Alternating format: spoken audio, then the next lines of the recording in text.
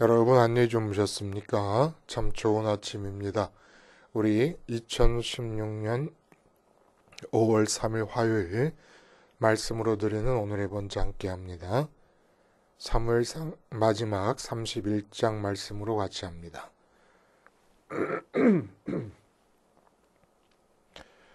1절부터 6절까지만 같이 읽겠습니다. 시작. 블레셋 사람들이 이스라엘을 침해 이스라엘 사람들이 블레셋 사람들 앞에서 도망하여 길보아 산에서 엎드러져 죽으니라. 블레셋 사람들이 사울과 그의 아들들을 추격하여 사울의 아들 요나단과 아비나단과 말기수아를 죽이니라. 사울이 패전함에 활 쏘는 자가 따라잡으니 사울이 그 활 쏘는 자에게 중상을 입은지라. 그가 무기를 든 자에게 이르되 네 칼을 빼어 그것으로 나를 찌르라. 할례 받지 않은 자들이 와서 나를 찌르고 모욕할까 두려워하노라 하나 무기를 든 자가 심히 두려워하여 감히 행하지 아니하는지라. 이에 사울이 자기의 칼을 뽑아서 그 위에 엎드러짐에 무기를 든 자가 사울이 죽음을 보고 자기도 자기 칼 위에 엎드러져 그와 함께 죽으니라. 사울과 그의 세 아들과 무기를 든 자와 그의 모든 사람이 다 그날에 함께 죽었더라.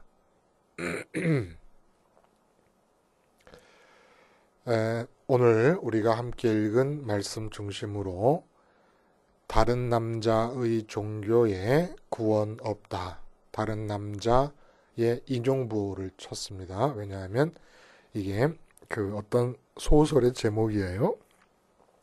그래서 다른 남자의 종교에 구원 없다 라는 제목으로 하나님 말씀 증거합니다. 다른 남자라고 하는 제목은 혹시 모르실 수 있지만 대부분 아마 들어보실 수 있었을 거라 여겨지는 책의 제목이 하나 있습니다. 더 리더, 그러니까 책 읽는 사람, 더 리더, 책 읽어주는 남자라는 제목의 소설. 독일 작가 베른하르트 슐링크의 작품입니다. 근데 이분이 6편의 단편 소설을 모아서 모음집을 또 출간을 했는데 그 책 자체의 제목이 다른 남자고 그 6편의 소설 중에 하나가 또 다른 남자입니다. 다른 남자에서 주인공은 아내의 죽음을 맞이하게 됩니다. 그래서 아내의 장사를 지냈겠지요. 그리고 죽은 아내 앞으로 보내진 편지를 살펴보게 됩니다. 그러다가 우연히 그 편지들 중에서 아내가 오래전부터 숨겨두었던 옛 애인이 있었다는 사실을 알게 됩니다.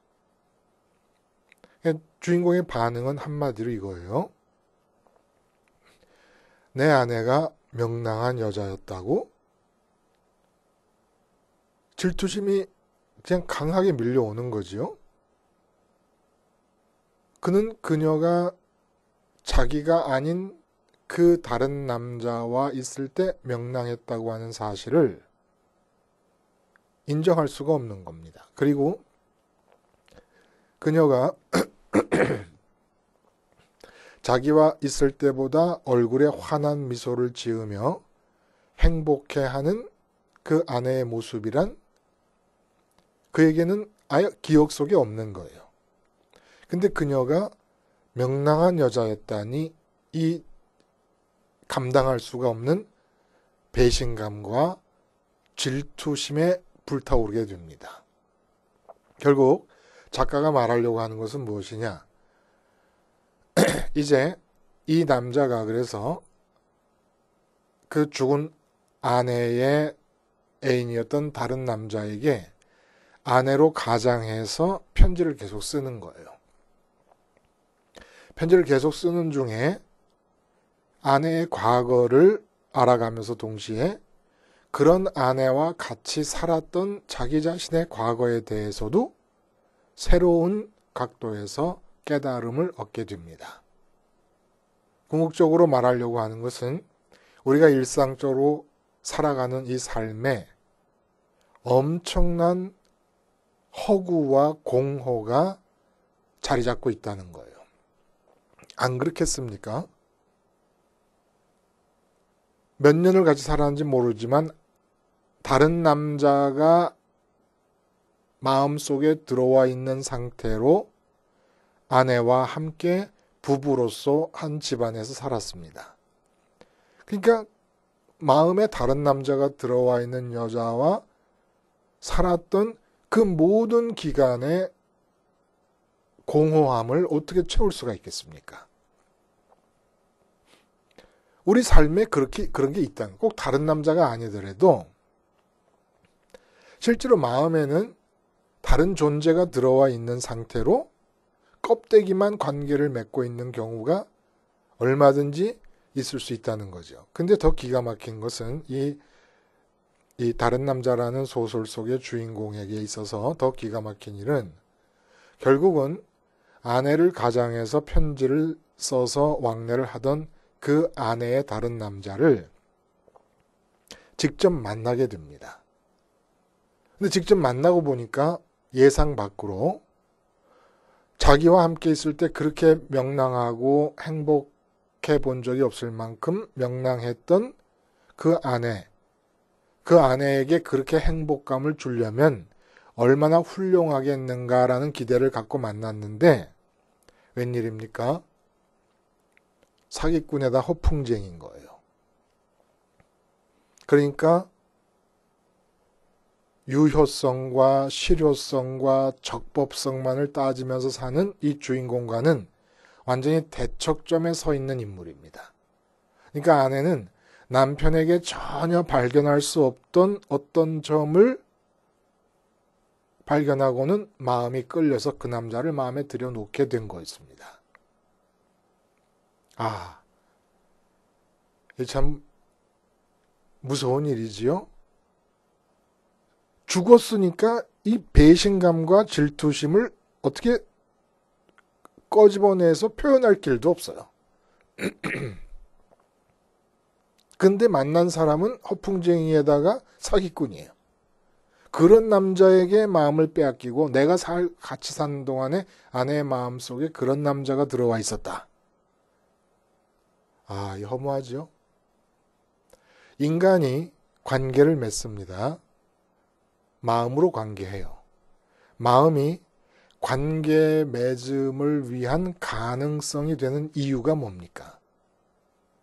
마음으로 관계를 맺는 건데 안 그러면 이렇게 소설 속에서처럼 껍데기만 같이 머물고 한 공간에 머물고 있는 것이지 실제로는 관계의 내용이 없는 거 아닙니까? 근데 마음이 관계를 맺을 수 있는 가능성이 마음의 어떤 속성 때문에 생기는 걸까요? 마음이 비어있기 때문입니다. 그래서 그 마음에 비어있는 공간 안으로 어떤 대상을 들여놓게 되면 비로소 그 대상과 관계가 시작이 되는 거예요. 관계가 성립되는 것이고 몸이 아무리 같이 있어도 마음 안으로 받아들여지지 않으면 그 관계는 텅 빈 공허한 관계에 머물고 맙니다.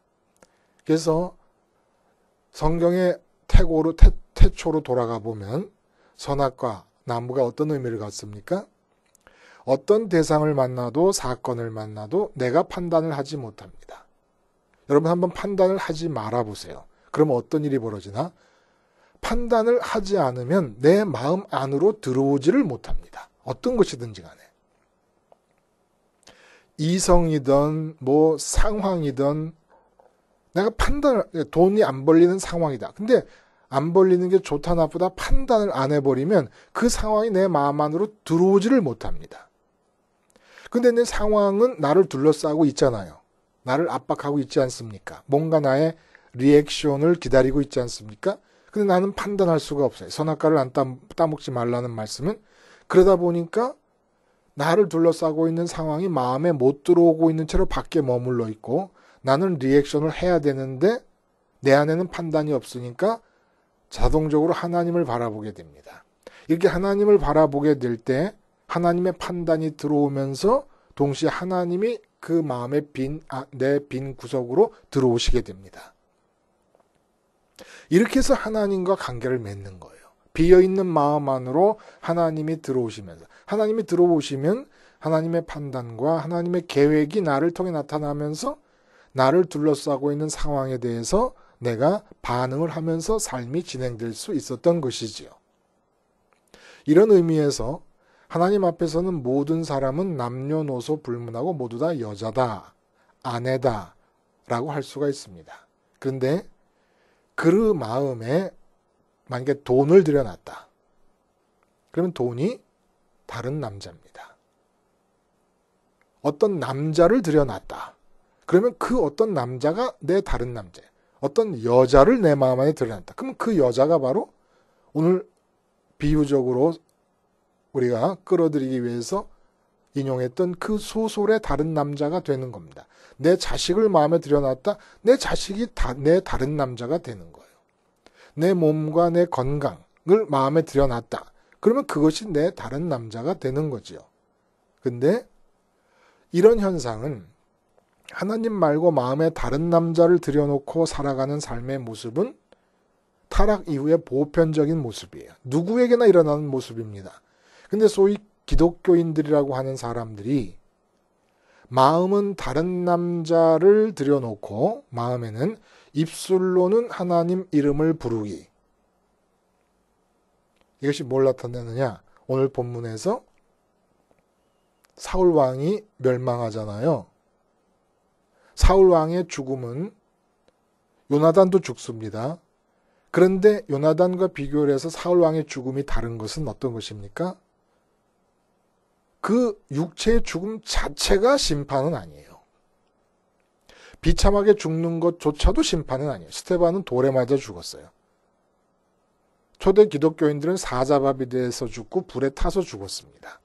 그러니까 비참한 모습으로 죽는 것 그 자체가 또한 심판이요 멸망은 아니에요. 사울에게 있어서 죽음이 진짜 멸망인 이유는 더 이상 마음에 다른 남자를 내어보내고 내 본래 남자이셨던 하나님을 받아들일 기회를 이제는 영원히 가질 수 없게 됐다는 게 사울 왕 죽음의 참 멸망적 의미라는 겁니다. 여러분, 종교라 그러죠. 종교를 한마디로 뭐라고 얘기할 수 있습니까? 종교는 이렇게 정의되어 있어요. 신이나 초자연적인 절대자 또는 힘에 대한 믿음을 통하여 인간 생활의 고뇌를 해결하고 삶의 궁극적인 의미를 추구하는 문화체계다. 쉽게 말하면 이 세상 삶이 이 세상이 마음에 먼저 들어와 있고 그리고 신을 찾는다는 얘기입니다. 신을 마음에 먼저 들여놓는 사람은 없어요. 전부 이 세상을 먼저 들여놓고 들여놓은 세상에서 문제를 느끼기 때문에 그 문제를 해결하려고 신을 찾는 거예요. 그러니까 종교란 무엇이냐? 마음에 다른 남자를 품고 신과 더불어 살아가는 것이 종교 생활입니다. 근데 이 종교 생활을 하나님과의 관계에서도 그대로 이어간다는 거예요. 그 결과가 뭐냐? 오늘 사울 왕이 당하게 되는 멸망이라는 것입니다. 여러분,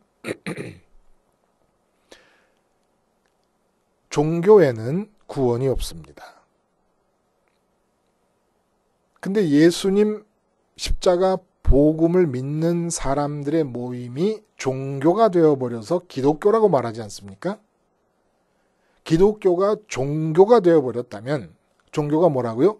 마음에 다른 남자를 품고 신과 더불어 살아가는 삶이 종교예요.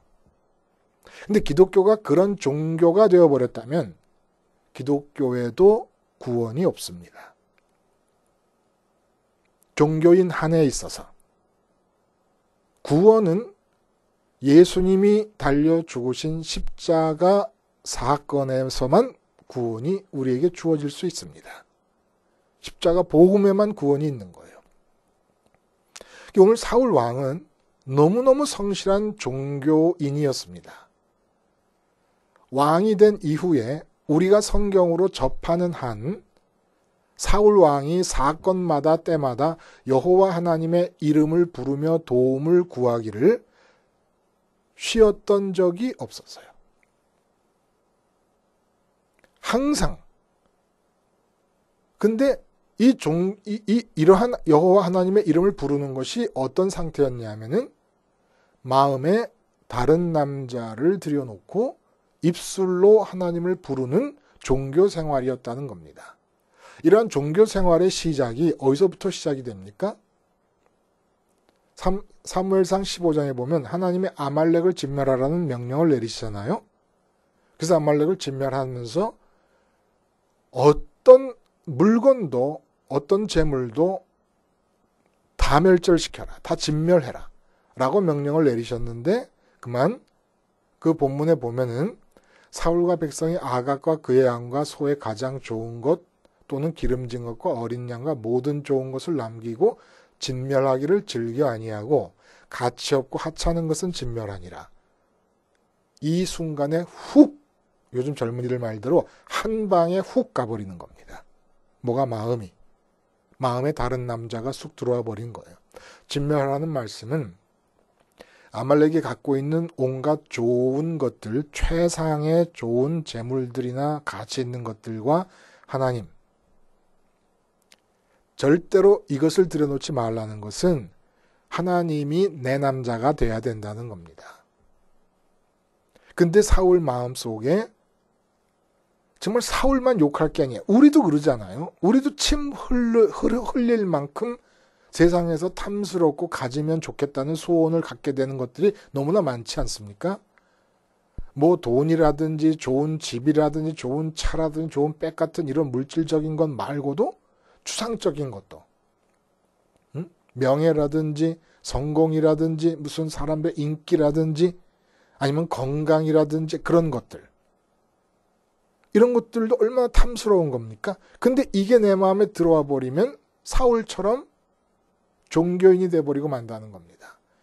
그래서 사울은 마음속에 다른 남자가 들어와 있는 이 상태로 끝까지 유지하면서 하나님과의 부부 생활을 해가는데 이미 하나님은 이 관계를 끊어버리셨음에도 불구하고 사울은 참으로 성실하게 하나님을 찾습니다.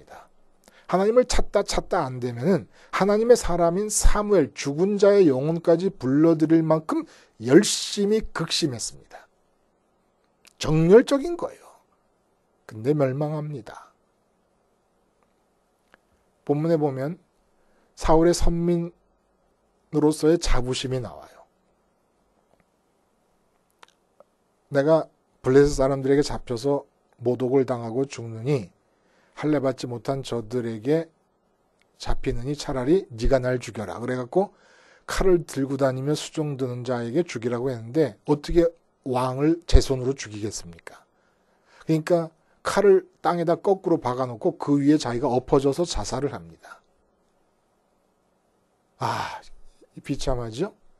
근데 이렇게 자살할 정도로 강한 선민으로서의 자부심, 공허한 거예요. 선민의 자부심이 뭐예요? 세상 모든 사람들이 마음속에 다른 남자를 품고 신을 찾는 종교 생활을 하는데 선민이 그 종교 생활로부터 구분된 자들인 거예요. 마음에 다른 남자를 품고 하나님의 이름을 부르면 안 된다는 겁니다. 하나님이 마음에 들어와 계셔야 된다는 거예요. 우선적으로 들어와 계셔야 된다는 겁니다. 그게 선민이요, 할례 언약의 기본 정신이고 번제의 기본 정신인 겁니다. 번제 기본 정신이 뭐예요? 우리의 유전적 죄적 체질 때문에 자꾸 우리 마음에는 다른 남자들이 들어오려고 그래요.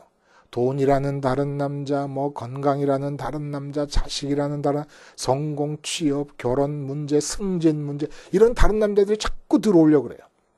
그것에 대해 염려하게 되고 걱정하게 되고 소원하게 되고 그리고 나서 하나님을 찾는 건 종교 생활이 돼버리거든요.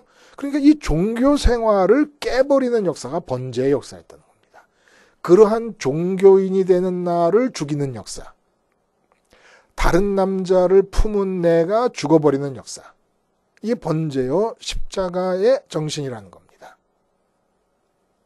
근데 사울이 끝내 이 종교인의 위치를 벗어나질 못한 겁니다. 기독교를 지금 그렇게 믿잖아요. 다른 남자를 마음에 품고 하나님을 찾잖아요. 종교예요, 종교.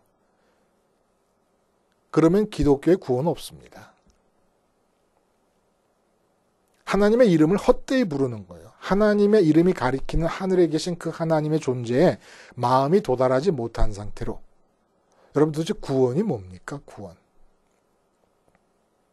구원은 예수님 이름을 부르며 예수님이 나의 주님입니다 고백하고 세례받아가지고 죽은 다음에 천국 가는 게 아니라 그랬어요. 죽음은 예수님 이름을 불러서 지금 내 마음 안으로 하나님이 들어와 계신 상태. 예수님 덕분에 하나님 아버지와 내 마음이 결합된 상태. 이 상태가 바로 구원입니다. 근데 소설 속의 얘기처럼 법적으로 부부로서 한 집에 살고 있지만 마음에 다른 남자를 품고 있는 것과 같은 상태. 이걸 우린 자꾸 기독교인이고 구원받은 자라고 얘기를 해버리는 거예요. 이런 상태에도 불구하고. 앞장에 보면 애굽인 나오잖아요. 애굽인. 그 다윗의 사람들을 아말렉에게 인도했던 애굽인이 나오는데 애굽인이 다윗에게 뭐라고 그러냐면 하나님의 이름으로 나를 죽이지 않겠다고 맹세하라 이렇게 얘기해요. 그 사람도 하나님의 이름을 부릅니다. 똑같은 엘로힘이라고 하는 히브리어 글자의 하나님의 이름을 불러요. 그러나 그 하나님의 이름은 참 선민이 부르는 하나님의 이름이 아니에요. 그럼 어떻게 우리가 하나님의 이름을 부를 때 공허하지 않을 수 있습니까? 십자가에 예수님이 죽으셨고 무덤에 묻히셨다 부활하시고 그리고 승천하셔서 하나님 우편에 계십니다.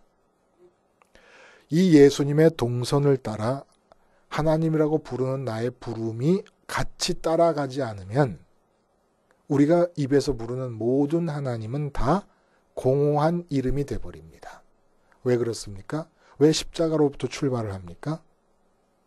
우리는 하나님의 이름을 부를 때 한번 여러분 자세히 여러분을 관찰해 보세요. 여러분 마음속에 이미 다른 남자가 들어와 있는 상태에서 하나님의 이름을 부르게 됩니다. 이래갖고는 하나님 못 만나는 거예요. 실제로 하나님께 도달을 못해요. 우리 마음이. 그래서 십자가에서 출발해요. 십자가가 왜 필요합니까? 왜 출발점이 됩니까? 우리 마음에는 나도 모르는 사이에 항상 다른 남자가 들어와 있어요. 이게 바로 타락의 결과예요. 그러니까 아담이 너무너무 밉지요. 이 타락의 결과로 인해서 나도 모르는 사이에 언제나 내 마음에는 다른 남자, 눈에 보이고 귀에 들리고 손으로 만져지는 이 세상 것들이 다른 남자가 되어서 내 마음에 들어와 있기 때문에 이 상태로 하나님을 부르는 것은 사울의 종교 생활을 반복하는 겁니다. 멸망으로 끝날 종교 생활. 거긴 구원이 없어요. 예수님을 믿는다. 예수님을 믿는 게 뭐예요? 예수님과 함께 죽었다고 믿는 거예요. 왜 예수님과 함께 죽었다고 믿어요? 죄 때문에. 죄가 뭐예요? 마음에 다른 남자가 들어와 있는 게 죄예요.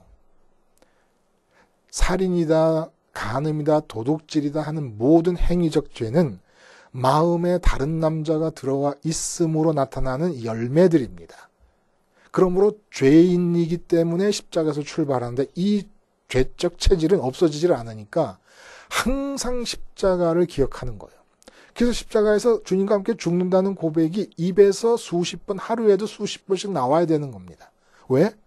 자꾸 다른 남자가 들어오니까 다른 남자가 들어온, 돈이 들어와 있고 자식이 들어와 있고 건강이 들어와 이 다른 남자는 십자가에서 주님과 함께 죽어야 됩니다.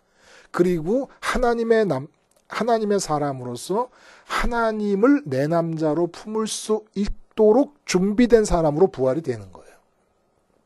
주님의 십자가를 통해서만, 나로 말미암지 않고는 아버지께 갈 자가 없다 그런 것이 바로 그 얘기 아닙니까? 죽어서만 가는 게 아니에요. 성령님을 통해서 공간의 차이가 극복되면서 하나님과의 만남이 이루어지는 겁니다. 그래서 승천하신 주님 따라 가야 되는 겁니다.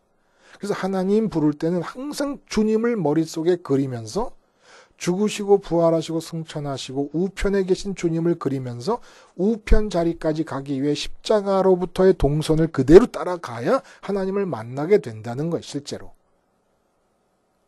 안 그러면 반드시 우리는 다른 남자를 품고 하나님의 이름을 부르는 멸망의 종교인으로서의 살아갈 수밖에 없다는 거예요. 사울이 거듭 말씀드립니다. 여호와 하나님의 이름을 부르지 않거나 여호와 하나님의 이름을 부르며 도움을 구하지 않은 적이 없습니다. 항상 하나님의 이름을 부르고 전쟁에 나갈 때면 도움을 구했어요. 그러나 이 하나님은 아스타롯이나 바알이나 불상이나 인도의 힌두교의 신이나 일본에 600만 개가 있다는 그 신들이나 다를 게 없는 신이에요. 뭘 뜻하는 겁니까? 다른 남자를 사랑하고 있다는 걸 뜻하는 거예요. 사랑하고 있다. 사랑을 왜 합니까? 그것이 내게 기쁨을 줄 수 있을 거라고 믿어서.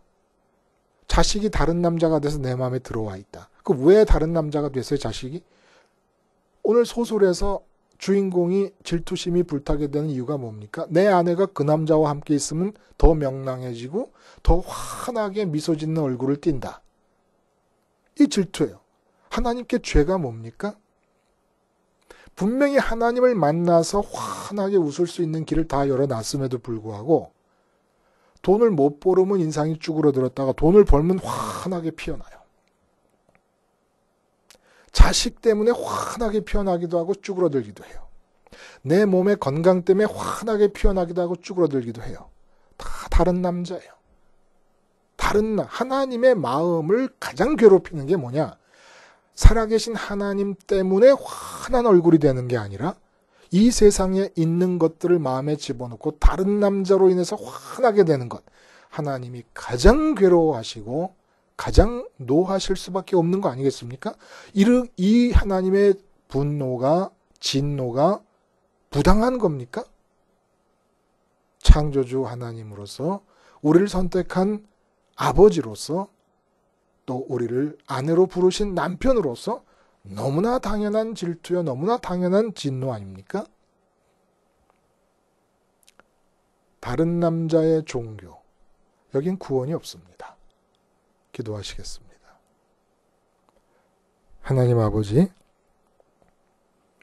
십자가 주님으로부터 부활 주님, 승천 주님, 우편에 계신 주님을 우리 마음이 따라감으로써 우리 마음의 모든 다른 남자들이 퇴치되고 하나님만이 내 남자가 되는 진정한 선민의 자격과 위치를 회복할 수 있게 해 주시옵소서. 예수님의 이름으로 기도하옵나이다. 아멘.